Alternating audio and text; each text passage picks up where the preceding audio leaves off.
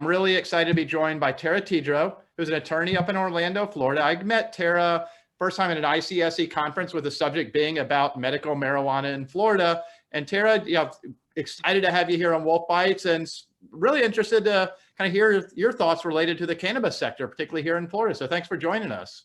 Yeah, absolutely. And thank you so much for having me here. You have been prolifically involved, especially on LinkedIn with the cannabis space. And I know you're already representing some folks in that industry, getting retail dispensaries open statewide. So I'm probably going to tell you some stuff you already know, Barry. But for those who are not intimately familiar with the cannabis space here in Florida, we are still a medical only market. And we are vertically integrated, which means the 22 licensed companies right now are responsible for cultivating, processing, and retailing via at-home patient delivery or through brick and mortar retail dispensing facilities, products to patients statewide.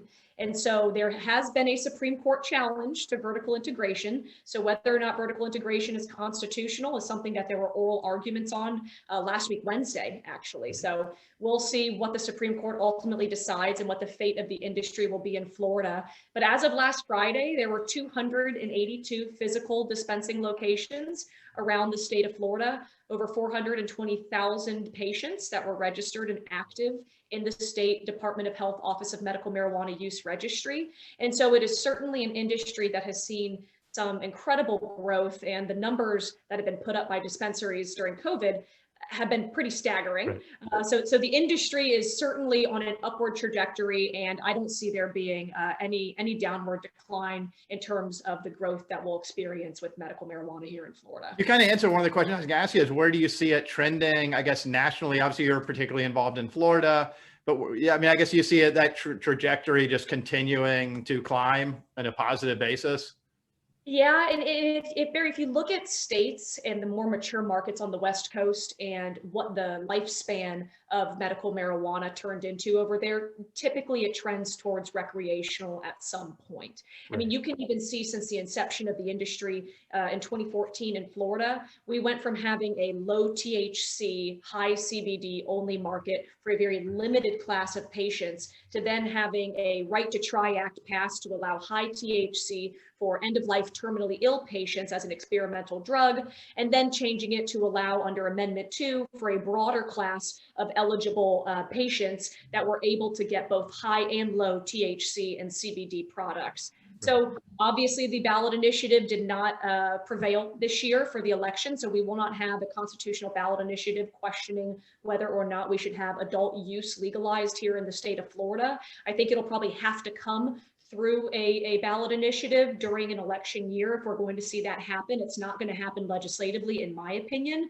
And so when it comes to what the future is going to look like in Florida, I think we're going to stay medical for a few more years. I do think recreational is on the horizon. I'm sure it will be very tightly regulated here in the state of Florida.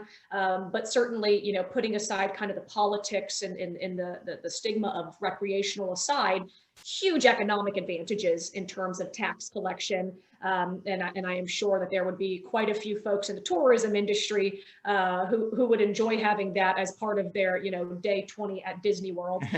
They come over here. So it'll be interesting to see what happens with all of that. But I think that's probably the future of marijuana here in Florida. So probably 2022, 2024, based on what you're saying, it sounds like. I can't imagine it would go past 2024 without it happening. It's funny, actually, you mentioned Orlando and the parks, obviously, you know, along those lines, or even the cruise lines. Hey, out of curiosity, have any of them taken a stance, either, certainly Disney, I'm sure has not been outwardly pro marijuana, but have any of them taken a stance anti-recreational, or what do you see from them?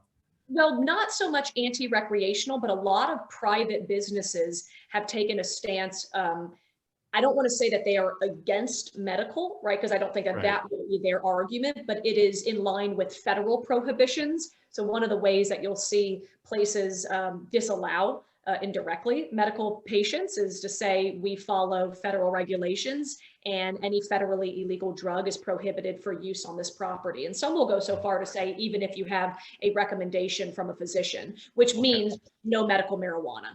Even if you have a valid recommendation from a physician here in Florida. And we don't have reciprocity. So if you're coming from out of state, you're not allowed to be crossing state lines with medical products anyway. You wouldn't be able to get a recommendation filled here in Florida with an out-of-state recommendation. So Right. really that's targeting those patients who are here in Florida. Gotcha. So I mean, Tara, it's impressive. I mean, your background as it relates to the cannabis sector, other regulated industries, certainly liquor licensing. I'm curious, how do you get involved in this? I mean, what got your attention, and how do you become, frankly, in Florida, I think probably one of the preeminent leaders in the sector in reality? I appreciate that. Yeah, how did I come to run the Vice practice group for my firm? That'd be a lot of fun. I mean, yeah, I don't know, personality maybe? No. Well, honestly, it started from doing land development work. And I was fortunate enough that one of our firm's land development clients was one of the first to get one of the 5 licenses that the state gave out in 2015. And so that was Knox Medical.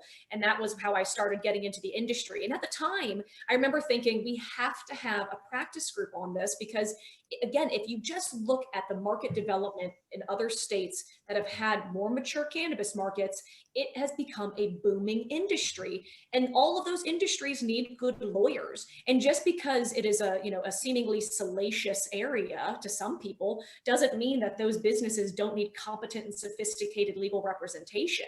So I knew that there were going to be quite a few large companies who were going to come into the state, obviously one of which we already represented on other issues, that were going to need representation. So I was fortunate to be able to have Knox Medical as one of my first clients here in Florida. They have since changed over and their ownership changed over to Fluent is now the brand under which they sell product here. But the client base grew from there to representing not just licensed companies, but applicant hopefuls, lenders, physicians, ancillary service providers, banks, a whole host of real estate issues. And so litigation, I mean, we've really run the gamut, which is nice. And so we started a multidisciplinary practice at Lowndes that allows us to take all of the expertise we already had in-house and bring it to the cannabis industry. That's awesome. I mean, from a legal standpoint, frankly, it's phenomenal. I mean, there's so many issues, so many complexities, whether that's, opening a dispensary, getting the licensing. I mean, it's phenomenal from a legal standpoint. There's a ton of work there. I know, and I hate to say it, but boy, there's no lack of work for the lawyers in this field. Right. Really. And all the time, I try to find ways to make things simpler for my clients because I recognize that the last thing everybody wants to do is pay legal bills, right? I mean, every lawyer should understand that. Nobody likes paying legal bills. So what we need to do is do things as efficiently and effectively as possible. And so with the experience that I've had in representing this industry, it's become very easy to streamline, especially from a real estate perspective, those types of deals for clients. And I'm interested to hear your feedback too, because on all of the deals, for example, if you're looking to acquire or lease a piece of property, it is the same thing that everybody in the cannabis industry needs to be cognizant of.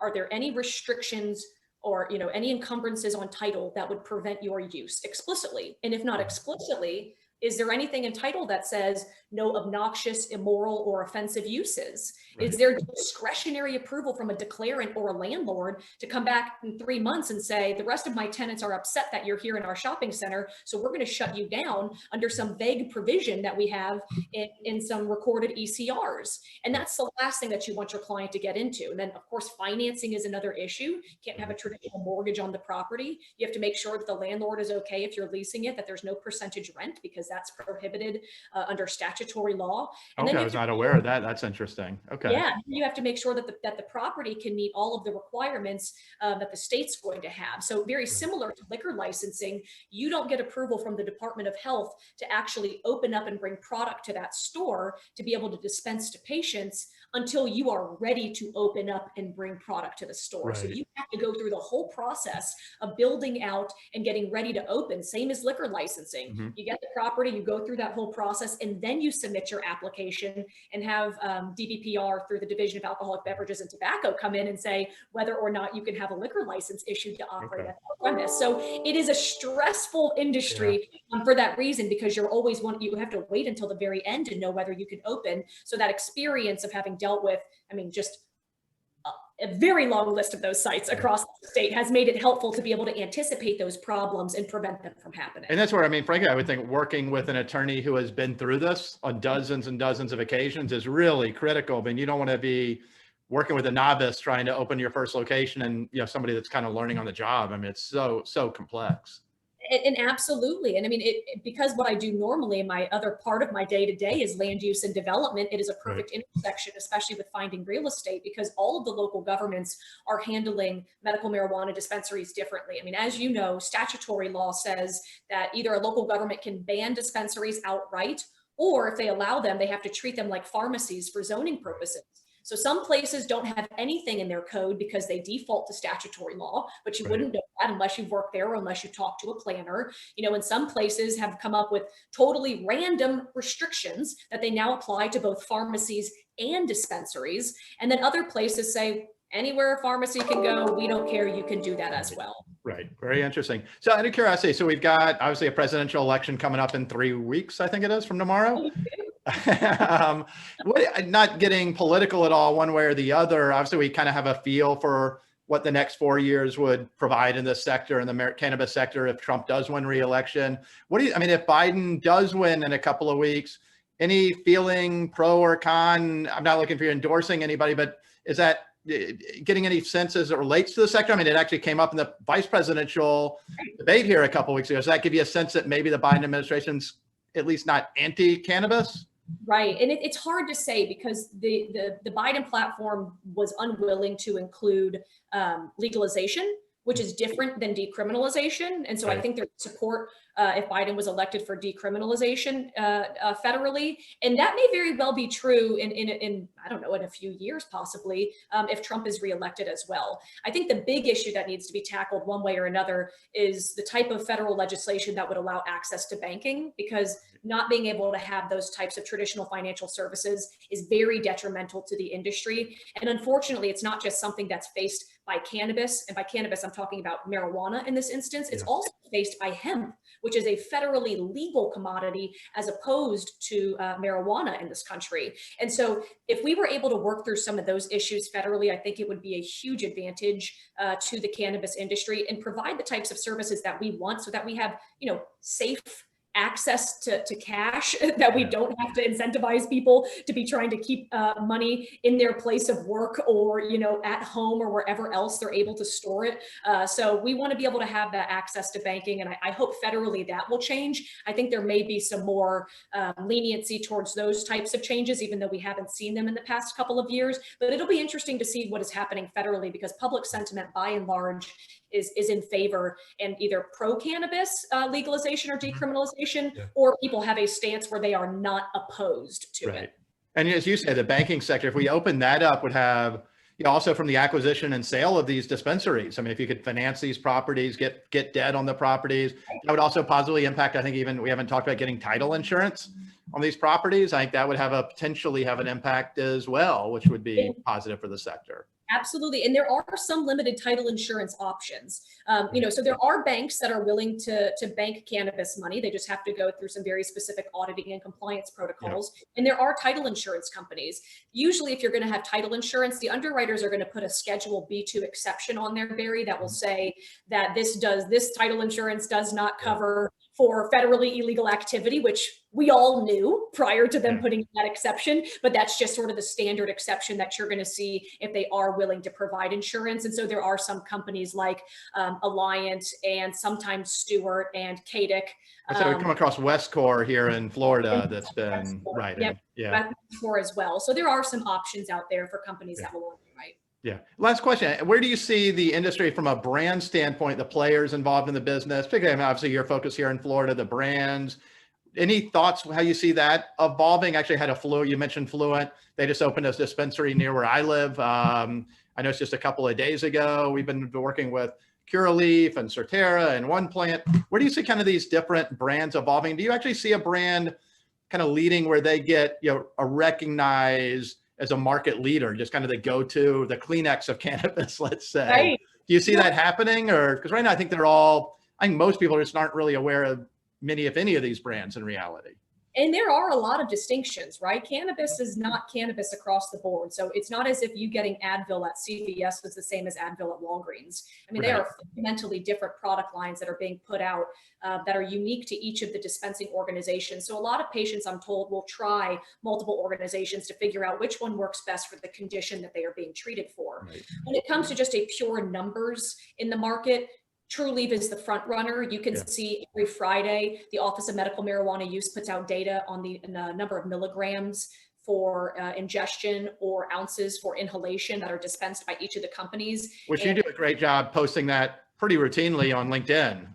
Thank you. Yeah. And so Trulieve is typically the top runner when it comes to product that they're putting out each week. But, you know, there's a difference too in brand. Now, brand is going to make a huge difference with federal legalization if that happens. And that's why there's a lot of companies that are getting licensed in multiple states, so that by the time federal legalization happens, you're going to get the Walmart of weed, right? Somebody's going to want to buy up the guy who has 38 licenses and has a market presence and an established brand in all of those states. And those companies are trying to have the same products being put out in each of those states. You can't cross state lines, so you have to create them in each of the different states that you're in your licensing program there. But they're trying to create that consistent and known name brand and that consistent product, so that if you're traveling anywhere in America, you're going to get the same, you know, Starbucks style coffee for cannabis that you would get back home. Yeah, no, it's an exciting sector. I mean, I've enjoyed learning about it and certainly, you know, following you. And there's still, I think we're in the very early innings of it in reality. So there's a lot of evolution certainly still to come. So it's going to be exciting to see over the course of your career and over the next, you know, 3 to 5 to 10 years. I think, you know, 10 years from now, we're probably going to see a very different industry than we do today, more than likely. We are fundamentally different than we were back in 2015 when the gates were just starting to open. So yeah, as the market continues to grow, it will be very interesting to see what happens. I'm sure you will continue to get a lot of deals on this front because you've made a name for yourself already, especially not just in real estate, but also in cannabis specifically. So hopefully we'll be able to work more deals together. You as well. Absolutely. So it's great spending some time together with you. What's the best way for folks do want to reach out to you to talk about not just cannabis? I mean, you're also, as you said, very involved in land use and planning. So you're certainly not explicitly solely focused on cannabis. I mean, your firm obviously is a large firm that focuses on all areas of the legal practice, certainly. So how can folks best reach you? Yeah, I appreciate you asking that. I answer my phone. So the phone number that is on my firm website, 407-418-6361 will come directly to me. And I always answer my own calls. So folks can call me, they can email me or connect with me on LinkedIn too. Always happy to respond and engage and see how I can be helpful to other people. Well, thanks so much for your time, Tara. It's always great visiting with you. Yeah, absolutely. Thank you very much too. Thanks. Take care.